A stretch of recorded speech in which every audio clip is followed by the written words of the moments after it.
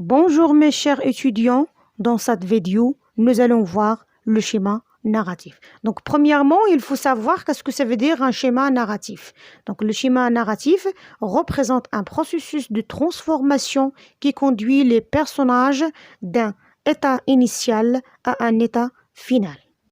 Autrement dit, à quoi sert le schéma narratif d'un texte narratif? Alors c'est très simple. Il permet de mieux comprendre le déroulement d'un récit. D'accord?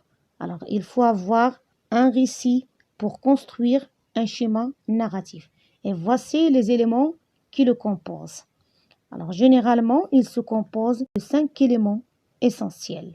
Premièrement, la situation initiale. C'est l'état d'équilibre. C'est la première étape. Ce sont les personnages qui le contexte, quoi, le lieu, où, et le moment, quand.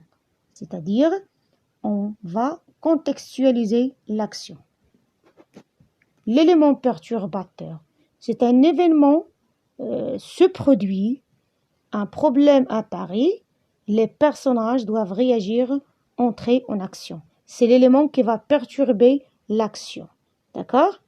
Troisième élément, on parle des péripéties. Ce sont les péripéties. Ce sont les différentes actions menées par les personnages et leur aventure. C'est-à-dire, ce sont les actions qui font avancer l'histoire. Et le dénouement, c'est le personnage parvient à trouver une solution. Le problème est déjà résolu dans le dénouement. La situation finale. Alors, dans la situation finale, c'est un retour au calme. Elle indique comment les aventures ont changé la vie des personnages en bien ou en mal. C'est-à-dire, il y a une nouvelle situation stable, différente de la situation initiale.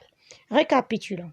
Le schéma narratif structure le récit et comporte 5 étapes essentielles.